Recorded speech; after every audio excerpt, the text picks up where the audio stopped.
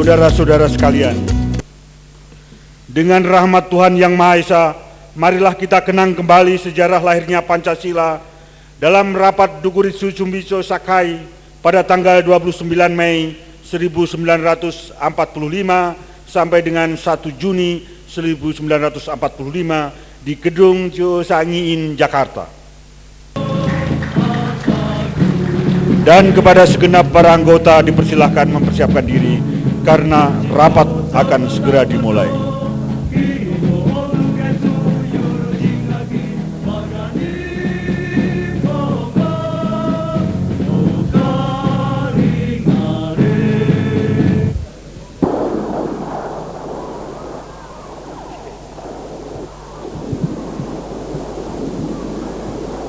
Para anggota sidang Badan Penyelidik yang terhormat, sebelum sidang ini saya buka, ada satu soal yang harus kita selesaikan.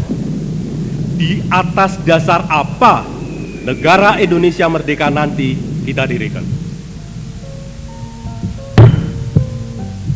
Kepada anggota badan yang sudah siap dipersilahkan. Saudara Muhammad Yamin dipersilahkan.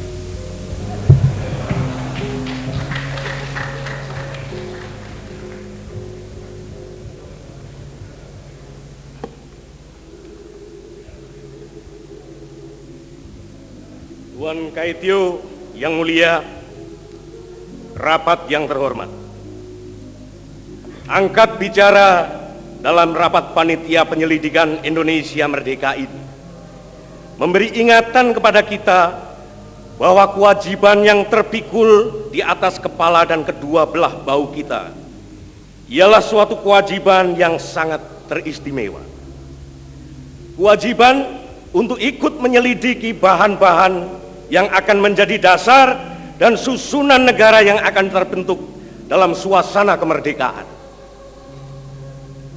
Menyumbangkan bahan-bahan untuk panitia dan menyelidiki beberapa keadaan-keadaan penting adalah dengan keinsyafan untuk negara Indonesia seluruhnya. Negara baru yang akan kita bentuk adalah suatu negara kebangsaan Indonesia atau national state atau suatu eta nasional yang sewajar dengan peradaban kita dan menurut susunan dunia sekeluarga di atas dasar kebangsaan dan ketuhanan. Negara Indonesia ialah sebagian menjadi pelaksanaan keinginan rakyat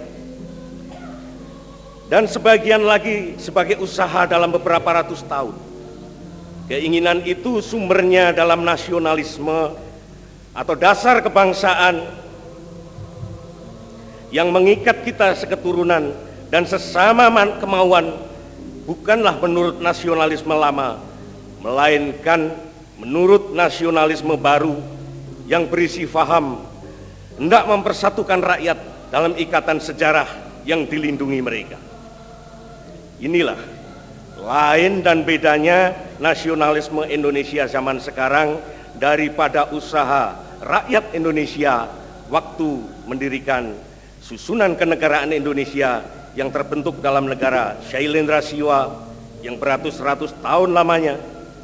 Di sanalah pula bedanya usaha kita sekarang dari rakyat Indonesia waktu mendirikan negara Indonesia kedua seperti terbentuk dalam kerajaan Majapahit. Negara Indonesia pertama dibentuk dan dijunjung oleh rakyat keturunan yang memakai dasar kedatuan yang selaras dengan kepercayaan purbakala dan agama Buddha Mahayana. Negara Indonesia kedua disusun atas faham keperabuan dan bersandar kepada paduan agama Siwa dan Buddha menjadi agama Tantrayan.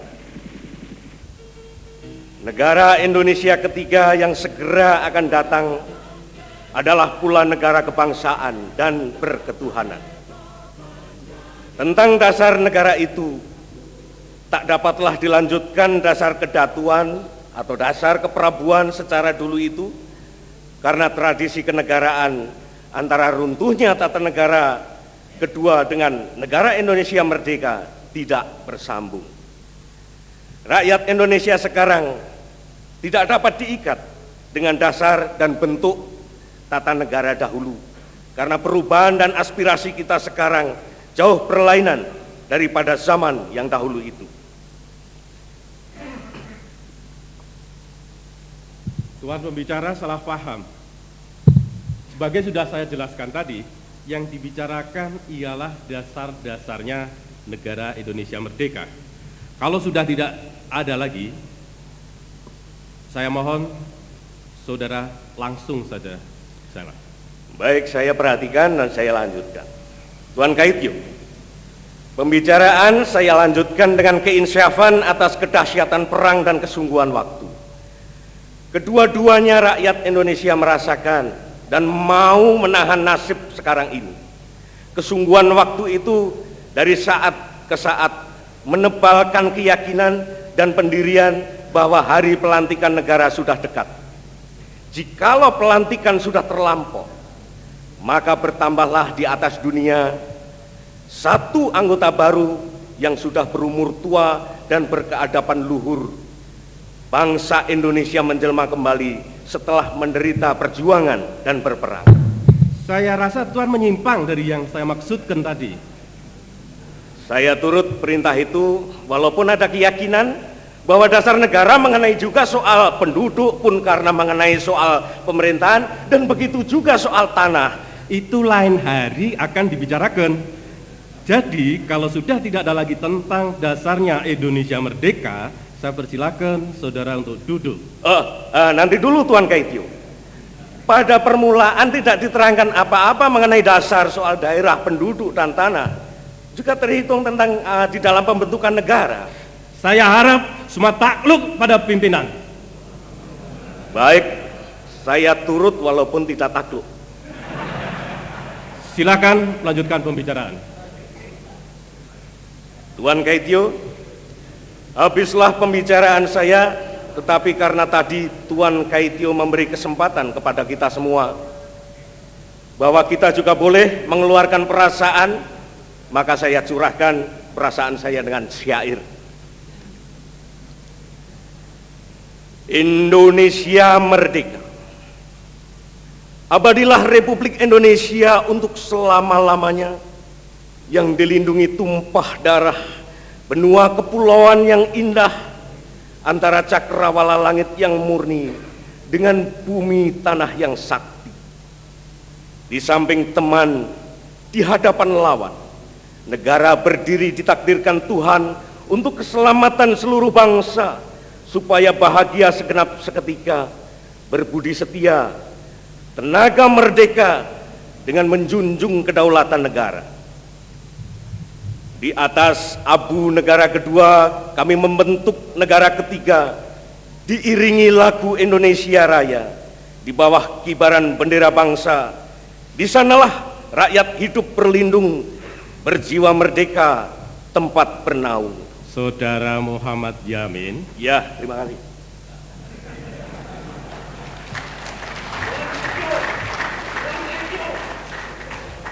Ya, Ki Bagus Hadikusumo dipersilahkan.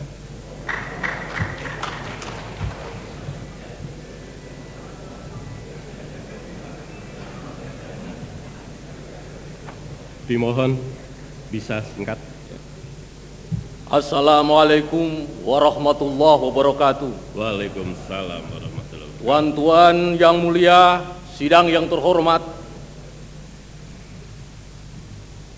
meskipun sekarang sudah tidak ada nabi dan rasul, tetapi firman-firman Allah yang disampaikan kepada nabi dan rasul, yaitu Nabi Muhammad SAW, masih tetap utuh sampai akhir zaman, yang harus dipelajari dan dilaksanakan sehingga dapat melahirkan masyarakat baru itu. Kana nasu ummatan wahidah, artinya adalah hidup manusia itu merupakan satu masyarakat. Tegasnya, manusia tidak akan dapat hidup menghindarkan diri dari manusia yang banyak. Manusia tidak akan hidup jika tidak mau atau tidak ada pertolongan dari manusia lain.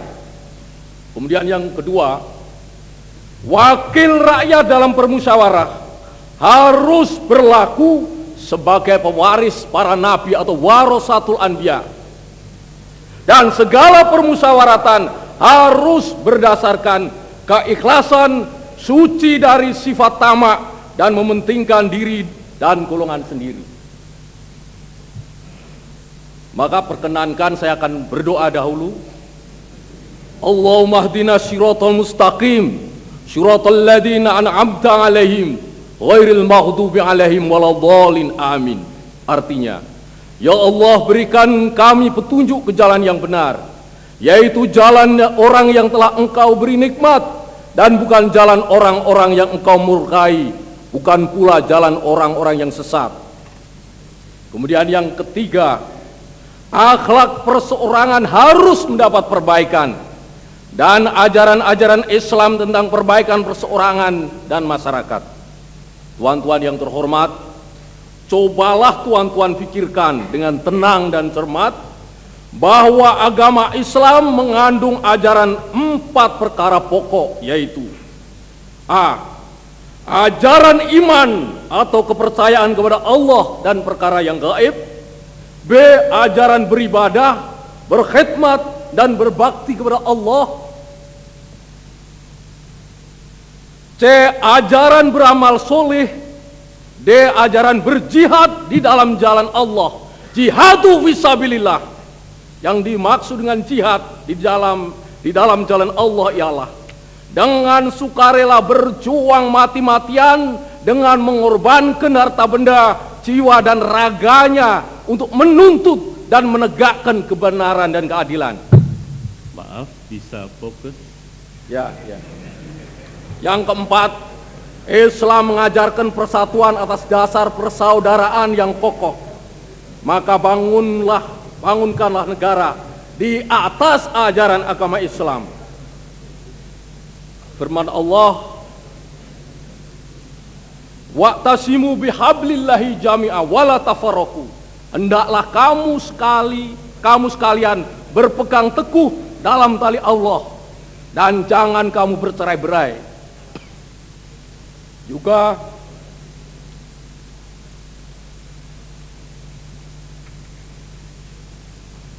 wa ta'awanu 'alal birri wa taqwa wa la ta'awanu 'alal ismi wal udwan. Bertolong-tolonglah dalam kebaikan dan jangan bertolong-tolonglah di dalam kejahatan.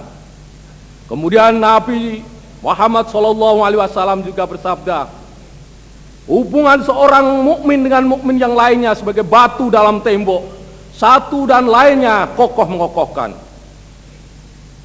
Kemudian yang kelima, agama pangkal persatuan. Janganlah takut dimanapun mengemukakan dan mengetengahkan agama. Yang keenam, semangat berselisih pokok pangkal perpecahan, warisan zaman kolonial penghalang persatuan.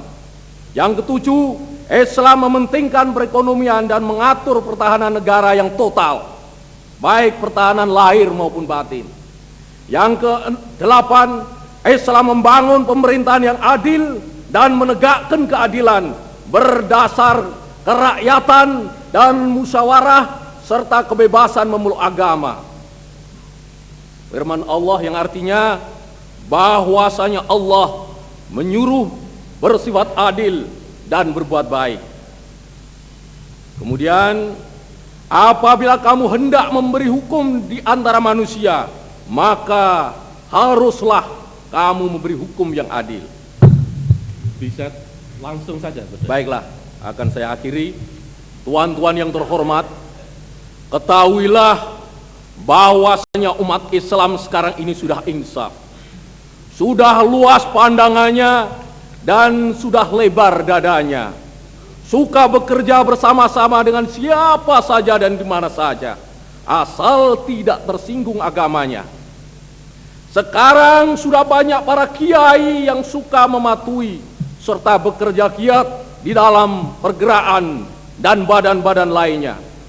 Banyak yang menjadi pemimpinnya, propagandisnya, barisan pelopor dan lain sebagainya. Akan tetapi Di sini para kiai itu seringkali mendapat rasa kecewa dan kecil hati karena merasa acap kali dirinya tidak dihargai serta agamanya tidak dihormati. Pada Tuan Ketua atau Tuan Kaityu sidang yang terhormat, pembicaraan saya yang sedikit panjang ini rupanya sudah cukup dan tidak ada lagi rasanya yang perlu saya paparkan. Maka saya akan tutup pidato saya ini dengan mendoa kepada Allah. Mudah-mudahan negara Indonesia baru yang akan datang itu berdasarkan agama Islam dan menjadi negara yang tegak dan teguh serta kuat dan kokoh. Amin. Bila taufiq wal hidayah. Wassalamualaikum warahmatullahi wabarakatuh. Waalaikumsalam warahmatullahi wabarakatuh. Untuk selanjutnya, Saudara Ruseno. Belum selesai. Oh, Saudara Mr. Supomo, dipersilahkan.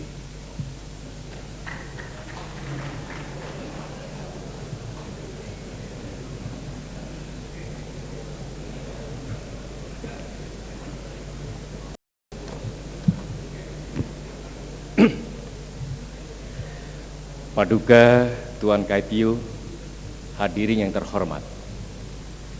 Soal yang kita bicarakan ialah bagaimanakah akan dasar-dasarnya negara Indonesia merdeka.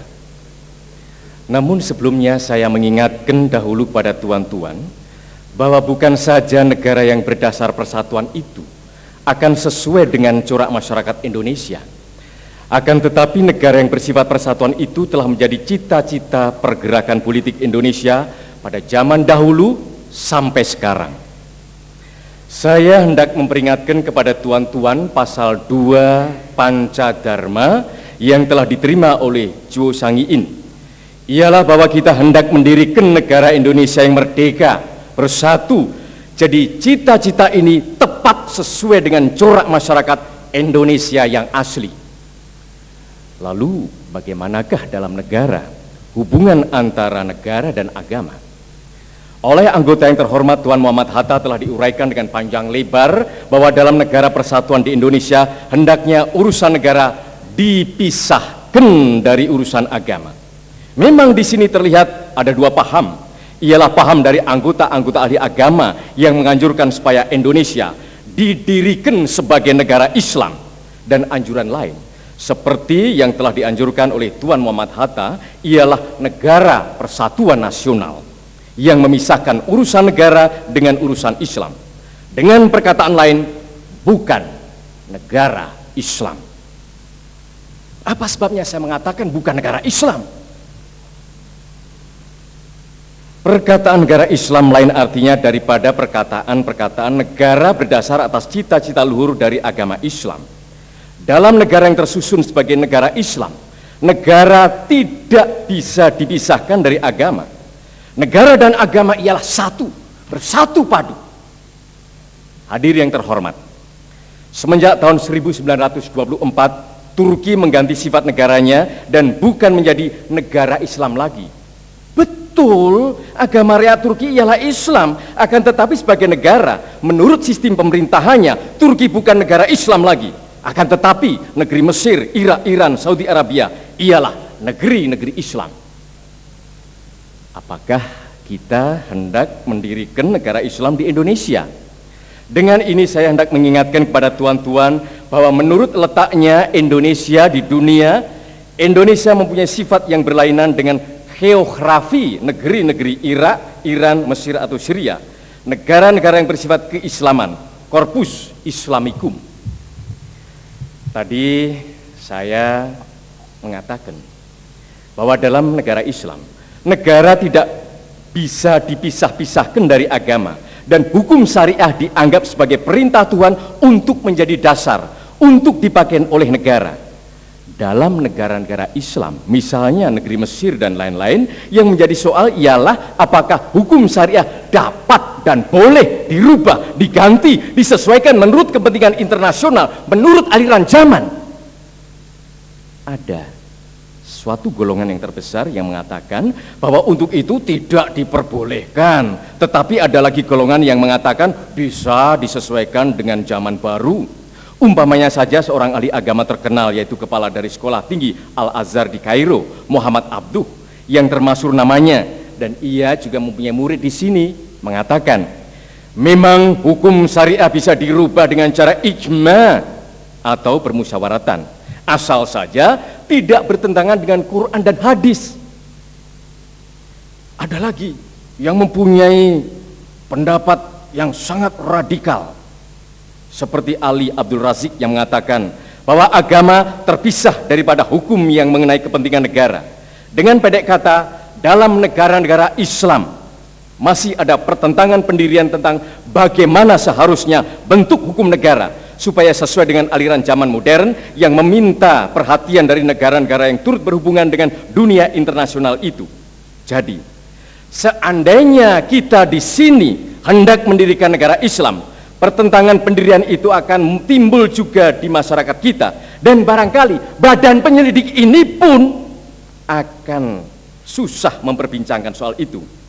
Akan tetapi, tuan-tuan yang terhormat, akan mendirikan negara Islam di Indonesia berarti tidak akan mendirikan negara persatuan.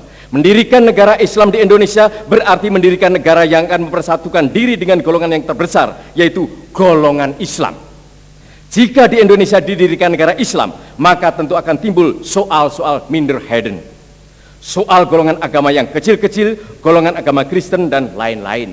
Meski negara Islam akan menjamin dengan sebaik-baiknya kepentingan golongan-golongan lain itu, akan tetapi golongan-golongan agama kecil itu tentu tidak bisa mempersatukan dirinya dengan negara. Oleh karena itu, cita-cita negara Islam itu tidak sesuai dengan cita-cita negara persatuan yang diidam-idamkan oleh kita semuanya dan juga yang telah dianjurkan oleh pemerintah bala tentara. Oleh karena itu, saya menganjurkan dan saya mufakat dengan pendirian yang hendak mendirikan negara nasional yang bersatu dalam arti totaliter. Dengan sendirinya, dalam negeri nasional yang bersatu itu, urusan agama akan terpisah dari urusan negara. Dan dengan sendirinya, dalam negara nasional yang bersatu itu, urusan agama akan diserahkan kepada golongan-golongan agama yang bersangkutan. Dan dengan sendirinya dalam negara sedemikian seseorang akan merdeka memeluk agama yang disukainya. Baik golongan agama yang terbesar maupun golongan yang terkecil tentu akan merasa bersatu dengan negara dalam negaranya. Bisa fokus, Mr. Subomo. Baik, Tuan Ketio. Hadirin yang terhormat, negara nasional yang bersatu itu tidak berarti bahwa negara itu akan bersifat areligius. Itu bukan. Negara nasional yang bersatu itu akan memelihara budi pekerti kemanusiaan yang luhur, akan memegang teguh cita-cita moral rakyat yang luhur. Maka negara demikian itu hendaknya negara Indonesia juga memakai dasar moral yang luhur yang dianjurkan juga oleh agama Islam. Sebagai contoh, dalam negara Indonesia itu hendaknya dianjurkan supaya warga negaranya cinta kepada tanah air, ikhlas akan dirinya sendiri, dan suka berbakti kepada tanah air, supaya mencintai dan berbakti kepada pemimpin dan kepada negara, supaya takluk kepada Tuhan, supaya tiap-tiap waktu ingat kepada Tuhan. Itu semuanya harus dianjurkan, harus dipakai sebagai dasar moral dari negara nasional yang bersatu itu. Dan saya yakin bahwa dasar-dasar itu dianjurkan oleh agama Islam. Tuan Kaitio dan hadirin yang terhormat, itulah tentang dasar-dasar yang hendaknya dipakai untuk mendirikan negara Indonesia merdeka. Negara Indonesia yang bersatu dan adil seperti sudah termuat dalam Pancadharma pasal 2 yang berbunyi, kita mendirikan negara Indonesia yang makmur, bersatu, berdaulat, adil. Maka negara hanya bisa adil jikalau negara itu menyelenggarakan rasa keadilan rakyat dan menuntun rakyat pada cita-cita yang luhur menurut aliran ajaran agama dan aliran zaman. Negara Indonesia yang berdasar atas semangat kebudayaan Indonesia yang asli dengan sendirinya akan bersifat negara Asia Timur Raya. Dan negara Indonesia yang terbentuk atas aliran pikiran persatuan yang saya uraikan tadi pun akan dapat menjalankan dharmanya atau kewajibannya dengan semestinya sebagai anggota negara kekeluargaan Asia Timur Raya. Sekian, terima kasih. Terima kasih, Mr. Subomo. Untuk selanjutnya, ya Saudara Lim Kun Hian dipersilakan.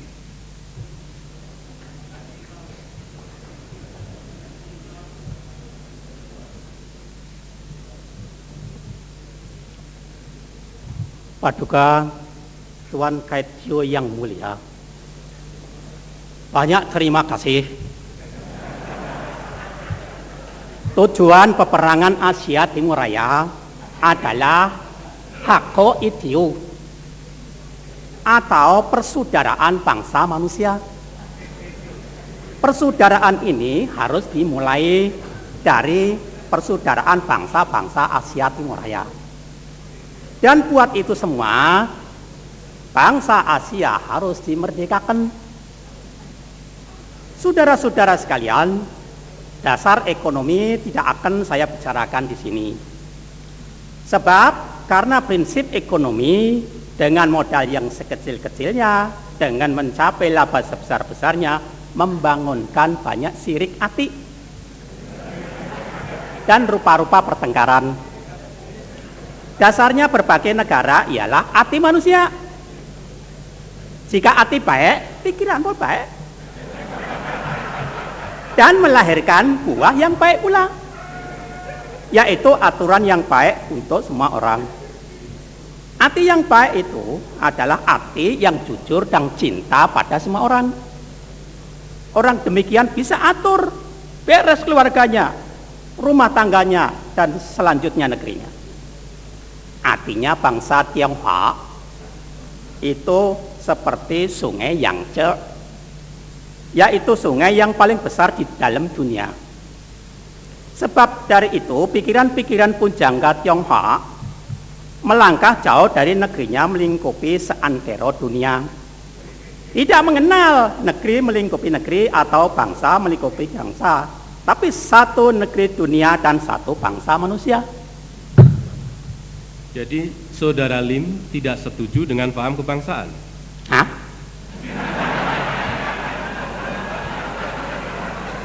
Sekali lagi, Saudara tidak setuju dengan paham kebangsaan? Sebab bangsa di dunia ini hanya satu bangsa manusia. Tidak boleh ada peperangan antar bangsa, sebab peperangan itu semacam bencana yang ditakdirkan Tuhan. Tetapi seperti lain bencana tentu akan berakhir, sebab Tuhan tidak mengizinkan bangsa manusia habis sama sekali. Nanti sesudah perang mendirikan dunia baru persaudaraan sekalian bangsa. Hako itu. Terima kasih. Terima kasih.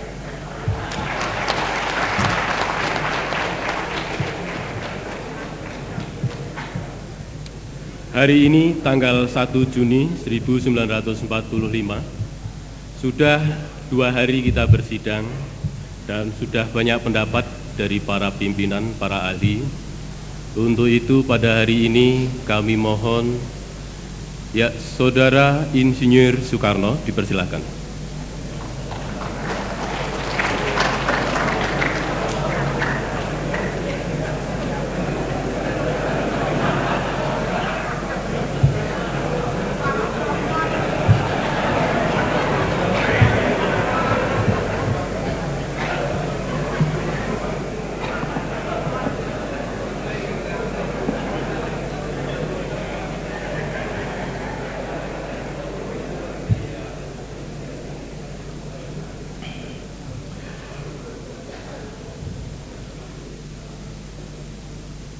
Paduka Tuan Kaityo yang mulia,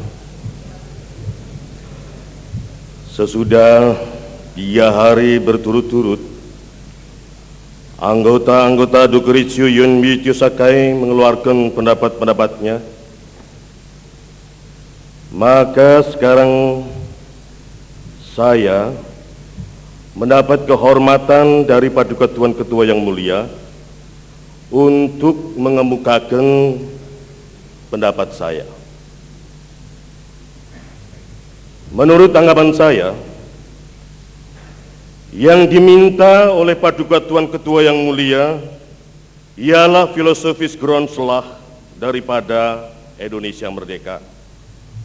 Filosofis Groundslah itulah pandemen Pandemen untuk di atasnya didirikan Gedung Indonesia Merdeka yang kekal dan abadi. Tetapi Paduka Tuan Ketua yang mulia, lebih dulu izinkan saya membicarakan apakah yang saya artikan dengan perkataan merdeka. Saudara-saudara, kemerdekaan atau political independence tak lain dan tak bukan ialah satu jembatan emas. Di seberang jembatan emas itulah kita baru sempurnakan kita punya masyarakat. Oleh karena itu, saya minta kepada tuan-tuan sekalian, janganlah gentar di hati, janganlah mengingat ini dan itu lebih dulu, dan kalau semuanya sudah selesai baru kita dapat merdeka. Tidak. Saya tidak akan mengalami Indonesia merdeka. Tuan-tuan tidak akan mengalami Indonesia merdeka. Kita semua tidak akan mengalami Indonesia merdeka sampai masuk kubur. Oleh karena itu, saudara-saudara, akan saya ajak untuk memahami perbedaan antara negara merdeka yang satu dengan negara merdeka yang lain. Walaupun di antaranya ada satu hal yang sama, yaitu Saudi Arabia sanggup mempertahankan negaranya. Musik-musik Rusia sanggup mempertahankan negaranya. Rakyat Inggris sanggup mempertahankan negaranya. Kalau kita, bangsa Indonesia, walau hanya dengan bambu runcing, kita semua siap sedia mati untuk mempertahankan tanah air Indonesia, maka pada saat itu sebenarnya bangsa Indonesia adalah bangsa yang telah siap dan masak untuk merdeka. Dan di dalam Indonesia merdeka itulah kita menyehatkan rakyat kita. Di dalam Indonesia merdeka itulah kita memerdekakan rakyat kita. Di dalam Indonesia merdeka itulah kita memerdekakan hatinya bangsa Indonesia. Maka saya akan bertanya kepada saudara-saudara, mau merdeka apa tidak? Mau. Sekali lagi, mau merdeka apa tidak? Merdeka! Terima kasih. Saudara-saudara, sesudah saya bicarakan tentang merdeka, maka sekarang saya akan bicarakan tentang dasar. Paduka Tuan Ketua yang mulia, negeri-negeri yang merdeka semuanya berdiri di atas satu dasar. Lalu, jikalau kita hendak mendirikan negara Indonesia yang merdeka, apakah dasar kita? Apakah Weltanschauung kita? Apakah nasional sosialisme? Apakah historis materialisme? Ataukah Sanmincuyi? Saudara-saudara, yang selalu mendengung di dalam saya punya jiwa, dasar pertama yang baik buat negara Indonesia ialah dasar kebangsaan. Tapi apakah bangsa? Menurut Reneng, bangsa ialah ledisa di ada ing sama, atau satu gerombolan manusia yang mau bersatu dan merasa dirinya bersatu. Sedang kalau menurut Otto Bauer, bangsa adalah persatuan perangai yang timbul karena persatuan nasib. Tetapi tatkala Profesor Supomo mensitir Ernest Reneng dan Otto Bauer, Mr. Yamin berkata, "Fir Odet, sudah tua." Memang tuan-tuan sekalian, definisi Ernest Reneng dan Otto Bauer sudah tua. Sebab kala itu belum timbul wetenskap baru yang dinamakan geopolitik. Reneng dan Bauer pada waktu itu hanya melihat orangnya. Mereka belum mengingat tempat, belum mengingat bumi yang didiami manusia itu. Padahal apakah tempat itu? Yang dimaksud tempat adalah tanah air. Lalu di manakah tanah air kita? Di manakah tumpah darah kita? Menurut geopolitik, Indonesia lah tanah air kita. Tapi Indonesia yang bulat, yang ditunjukkan oleh Allah Subhanahu wa Ta'ala, menjadi satu kesatuan antara dua benua dan dua samudra. Maka bangsa Indonesia ialah seluruh manusia yang menurut geopolitik yang telah ditentukan oleh Allah Subhanahu wa Ta'ala tinggal di kesatuannya semua pulau di Indonesia, dari ujung utara Sumatera sampai ke Irian. Seluruhnya saudara-saudara, karena antara manusia yang jumlahnya 70 million ini sudah ada ledisir di etre ensemble, sudah terjadi karakter gemeenskap. Nazi Indonesia, bangsa Indonesia, umat Indonesia, jumlah orangnya memang 70 million, tapi 70 million yang telah menjadi satu. Sekali lagi, satu. Maka saya berkata dengan penuh hormat kepada Sultan Agung Hanyokrokusumo, kepada Prabu Siliwangi, kepada Sultan Ageng Tirtoyoso, dan juga kepada Sultan Hasanuddin, bahwa kerajaan-kerajaannya meskipun merdeka bukan nasional stat.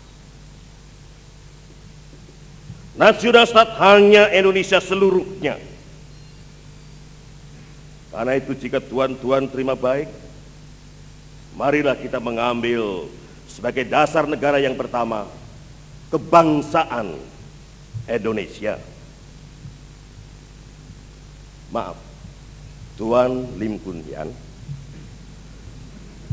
Tuan tidak mau akan kebangsaan. Di dalam pidato Tuan, waktu Tuan ditanya oleh Paduka Tuan Kaitio, Tuan menjawab, saya tidak mau akan kebangsaan. Bukan begitu. Maksudnya masih ada lanjutannya.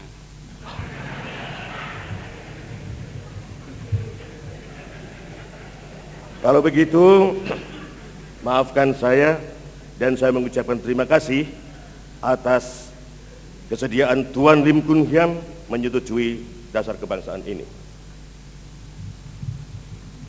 Tetapi saudara-saudara sekalian, kebangsaan yang kita anjurkan bukan kebangsaan yang menyendiri, bukan chauvinisme.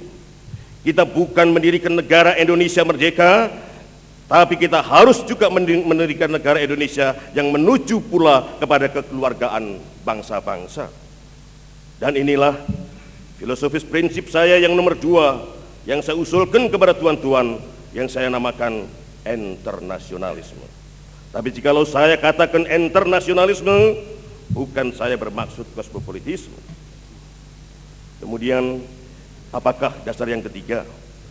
Dasar itu ialah dasar mufakat, dasar perwakilan, dasar permusyawaratan. Saya yakin bahwa syarat mutlak yang kuat untuk negara Indonesia adalah permusyawaratan dan perwakilan. Untuk pihak Islam, inilah tempat yang terbaik untuk memelihara agama kita. Saya pun orang Islam. Maaf, beribu-ribu maaf. Keislaman saya memang belum sempurna. Tapi kalau saudara-saudara membuka saya punya hati, tuan-tuan akan dapati tidak lain dan tidak bukan hati Islam.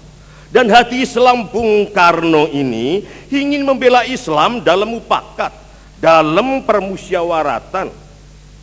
Dengan cara mufakat kita perbaiki segala hal, juga keselamatan agama, yaitu dengan pembicaraan atau permusyawaratan di dalam badan perwakilan rakyat.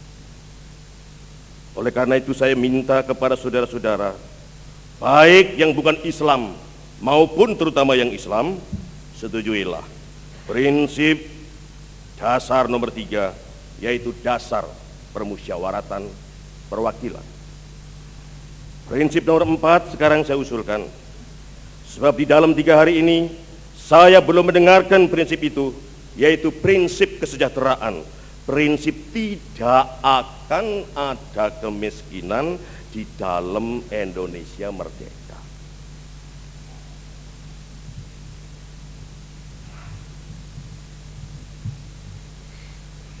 Maka jangan saudara kira bahwa kalau Badan Perwakilan Rakyat sudah ada, kita dengan sendirinya sudah mencapai kesejahteraan.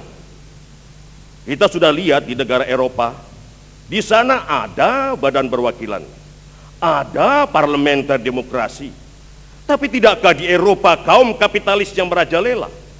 Di Amerika ada juga badan perwakilan rakyatnya, tapi tidakkah di Amerika kaum kapitalisnya merajalela pula? Dan itu semua tak lain dan tak bukan, sebabnya ialah karena badan-badan perwakilan rakyat yang diadakan di sana itu sekedar menurut resepnya Prancis Revolusi. Tak lain tak bukan adalah yang dinamakan demokrasi di sana hanyalah demokrasi politik saja, semata-mata, dan tidak ada social apartheid, tidak ada keadilan sosial, tidak ada ekonomi demokrasi sama sekali. Jadi jikalau kita memang betul-betul mengerti, jikalau kita memang betul-betul mengingat dan mencintai rakyat Indonesia, marilah kita terima prinsip social apartheid itu, yaitu bukan saja persamaan dalam bidang politik, tetapi pun di atas lapangan ekonomi kita harus mengadakan kerjasama, mengadakan persamaan. Saudara-saudara, tibalah kali untuk menguraikan prinsip yang kelima. Hendaknya menyusun Indonesia merdeka yang bertakwa kepada Tuhan. Prinsip dasar ketuhanan. Bukan saja bangsa Indonesia yang bertuhan, tetapi masing-masing orang Indonesia hendaknya bertuhan, Tuhannya sendiri-sendiri. Yang Kristen menyembah Tuhan menurut petunjuk Isa Al-Masih, yang Islam bertuhan menurut petunjuk Nabi Muhammad SAW. Orang Buddha dan Hindu menjalankan ibadatnya menurut kitab-kitab yang ada padanya. Tetapi marilah kita semua bertuhan. Hendaknya negara Indonesia ialah negara yang tiap-tiap orangnya dapat menyembah Tuhannya dengan cara yang leluasa. Segenap rakyat hendaknya bertuhan secara berkebudayaan, yakni dengan tiada egoisme agama. Marilah kita amalkan, marilah kita jalankan, baik Islam maupun Kristen maupun Hindu dan Buddha, dengan cara yang berkeadaban. Apakah cara yang berkeadaban itu? Cara yang berkeadaban ialah hormat menghormati satu sama lain. Nabi Muhammad SAW telah memberi bukti yang cukup tentang Verdrasamheid, tentang menghormati agama-agama lain. Saya senang kepada simbolik angka, saya senang pula. Rukun Islam 5 jumlahnya. Jari kita 5 setangan, kita punya panca indera. Apalagi yang 5? Pandawa 5. Pandawa pun 5 orangnya. Sekarang banyaknya prinsip kebangsaan, internasionalisme, mufakat, kesejahteraan, dan ketuhanan, 5 pula jumlahnya. Namanya bukan Pancadharma, tapi ini aku namakan Pancasila.